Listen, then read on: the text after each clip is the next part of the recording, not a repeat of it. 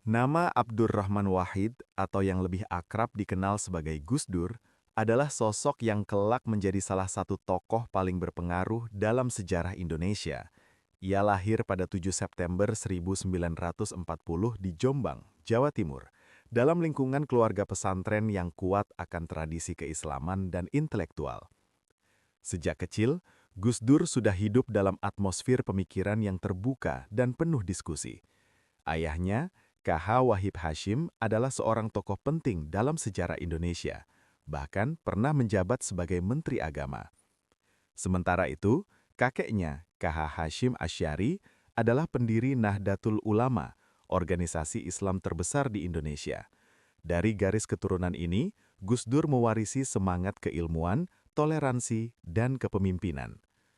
Masa kecil Gus Dur tidak selalu mudah. Ia mengalami kehilangan ayahnya pada usia muda akibat kecelakaan mobil. Peristiwa ini menjadi titik penting dalam hidupnya, membentuk ketangguhan mental dan kedewasaan berpikirnya. Meski demikian, Gus Dur tumbuh sebagai anak yang gemar membaca dan memiliki rasa ingin tahu yang tinggi terhadap berbagai hal, tidak hanya soal agama, tetapi juga budaya, politik, dan filsafat. Pendidikan Gus Dur dimulai di berbagai pesantren di Indonesia, termasuk di Jombang dan Yogyakarta. Ia dikenal sebagai santri yang unik, tidak hanya mempelajari kitab kuning, tetapi juga membaca buku-buku barat, novel, hingga karya filsafat dunia. Ketertarikannya pada pemikiran global membuatnya memiliki cara pandang yang berbeda dibandingkan kebanyakan santri pada masanya. Ketika remaja, Gus Dur melanjutkan studinya ke luar negeri. Ia sempat belajar di Mesir dan Irak. Pengalaman ini memperluas wawasannya tentang dunia Islam dan peradaban global. Di sana, ia menyaksikan berbagai bentuk pemikiran dan praktik keagamaan yang berbeda, yang semakin menguatkan keyakinannya bahwa Islam harus hadir sebagai rahmat bagi semua, bukan sebagai alat pemecah. Gus Dur dikenal memiliki selera humor yang tinggi. Bahkan dalam situasi serius, ia sering menyisipkan humor cerdas yang membuat suasana menjadi lebih cair. Namun di balik itu, terdapat pemikiran yang dalam dan tajam.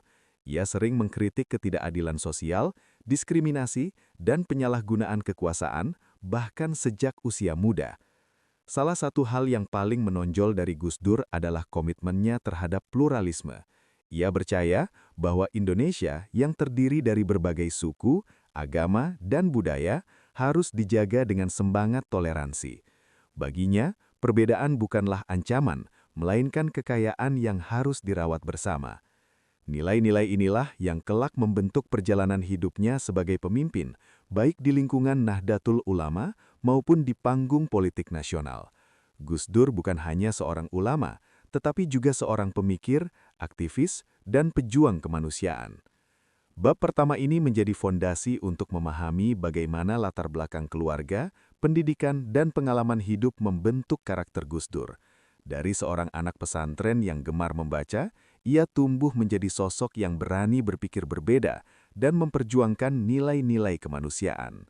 Perjalanan intelektual Abdurrahman Wahid tidak berhenti di bangku pesantren. Justru, dari sanalah ia mulai melangkah lebih jauh, menjelajahi dunia dengan rasa ingin tahu yang tak pernah padam.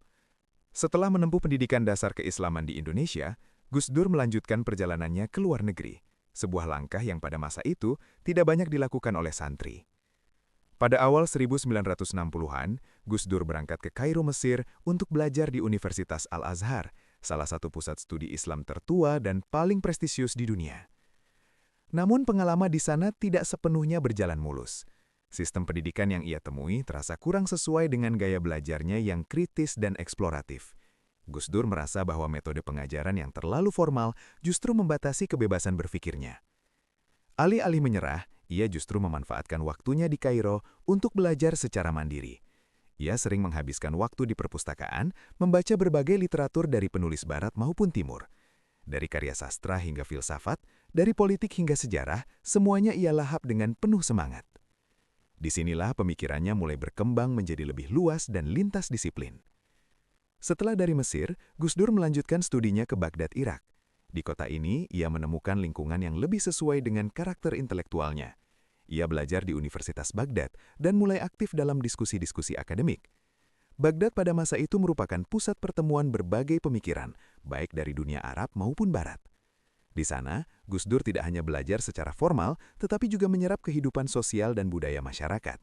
Ia mulai memahami bagaimana agama dan budaya bisa berjalan berdampingan tanpa saling meniadakan. Pengalaman ini semakin menguatkan pandangannya tentang pentingnya toleransi dan keberagaman. Selama di luar negeri, Gus Dur juga banyak berinteraksi dengan mahasiswa dari berbagai negara. Diskusi lintas budaya dan agama menjadi bagian dari kesehariannya. Ia belajar bahwa perbedaan bukanlah sesuatu yang harus ditakuti, melainkan harus dipahami. Dari sinilah lahir gagasan-gagasan pluralisme yang kelak menjadi ciri khas pemikirannya. Namun perjalanan ini bukan tanpa tantangan.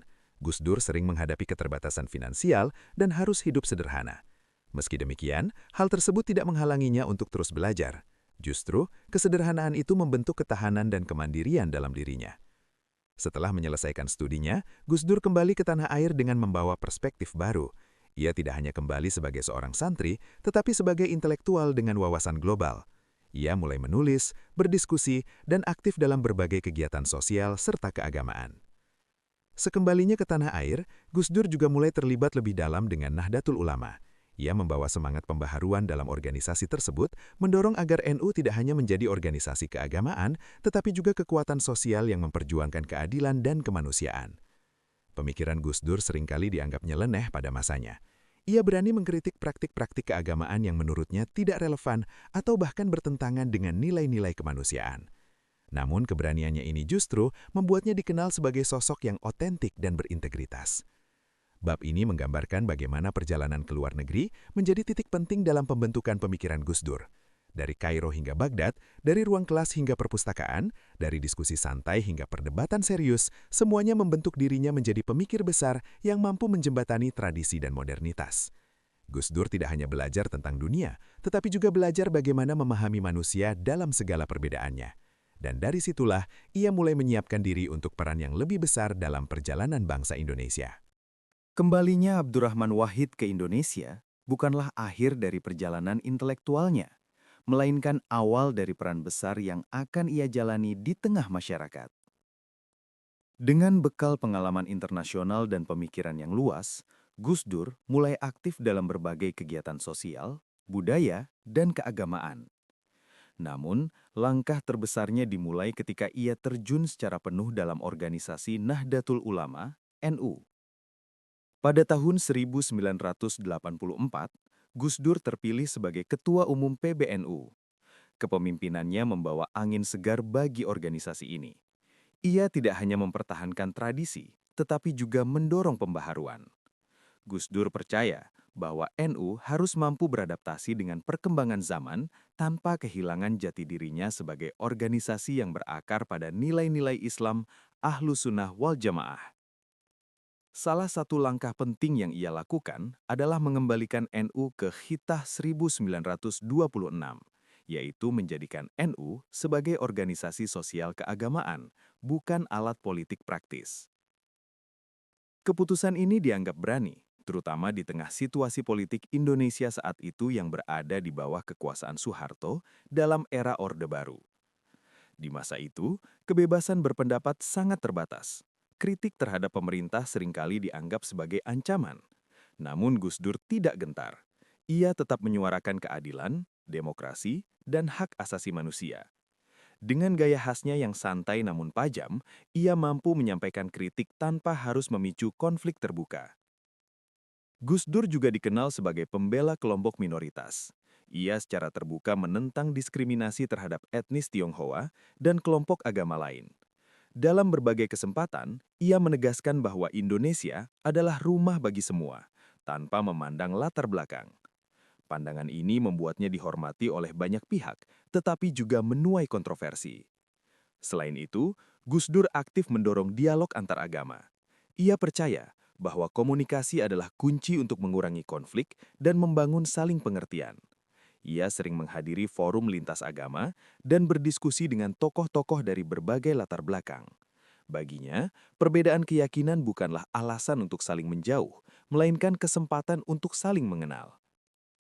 Di bawah kepemimpinannya, NU berkembang menjadi kekuatan sosial yang tidak hanya berfokus pada dakwah, tetapi juga pada pendidikan, pemberdayaan masyarakat, dan advokasi sosial. Gus Dur mengajak para kader NU untuk lebih aktif dalam isu-isu kemanusiaan seperti kemiskinan, ketidakadilan, dan kebebasan beragama. Namun, perjalanan ini tidak selalu mulus.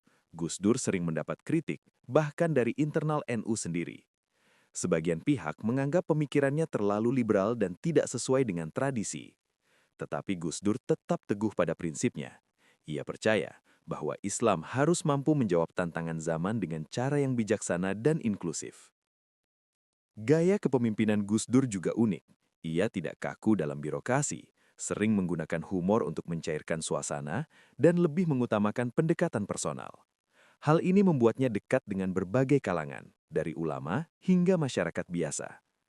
Di tengah tekanan politik dan perbedaan pendapat, Gus Dur tetap konsisten memperjuangkan nilai-nilai demokrasi dan kemanusiaan.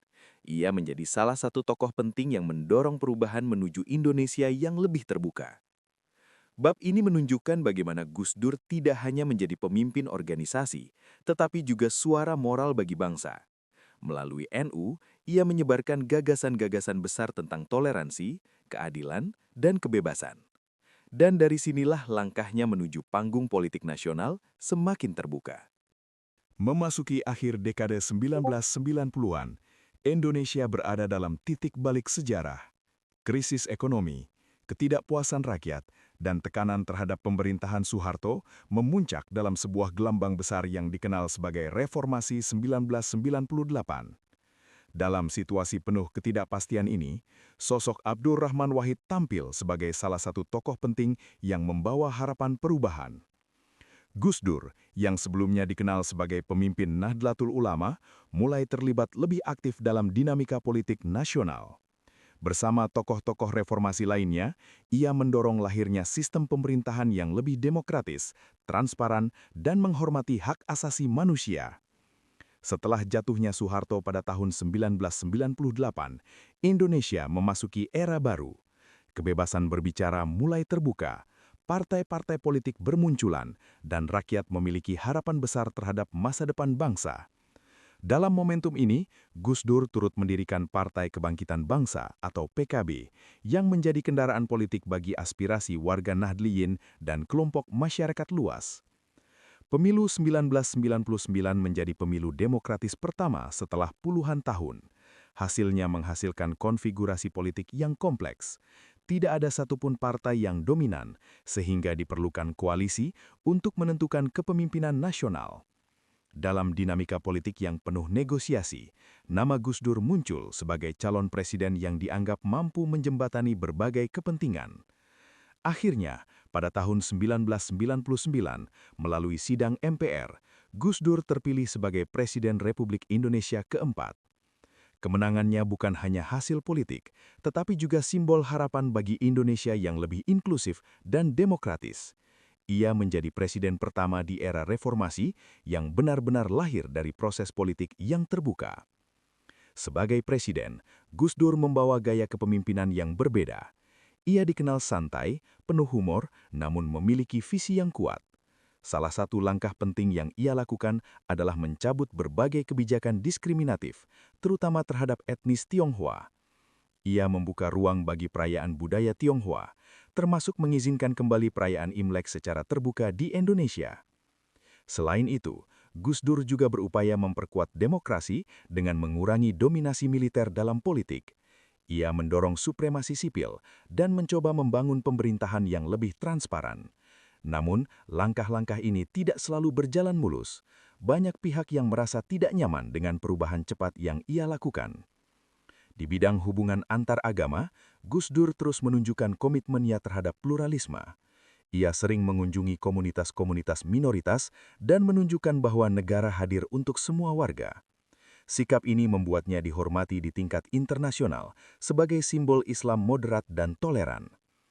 Namun, masa kepresidenannya juga diwarnai berbagai tantangan, konflik politik dengan parlemen, tekanan dari berbagai kelompok, serta kondisi ekonomi yang belum stabil menjadi ujian berat. Gaya kepemimpinannya yang tidak konvensional seringkali disalahpahami oleh lawan politiknya. Meskipun menghadapi banyak rintangan, Gus Dur tetap berpegang pada prinsipnya. Ia percaya bahwa demokrasi membutuhkan keberanian untuk berubah, meskipun perubahan itu tidak selalu populer. Baginya, kepemimpinan bukan tentang mempertahankan kekuasaan, tetapi tentang memperjuangkan nilai-nilai yang benar. Bab ini menggambarkan puncak perjalanan Gus Dur dari seorang intelektual dan pemimpin organisasi menjadi kepala negara. Dalam waktu singkat, ia berusaha meletakkan fondasi bagi Indonesia yang lebih adil, terbuka, dan menghargai keberagaman. Perjalanan ini bukan hanya tentang kekuasaan, tetapi bagaimana seorang pemimpin membawa nilai-nilai kemanusiaan ke dalam praktik pemerintahan.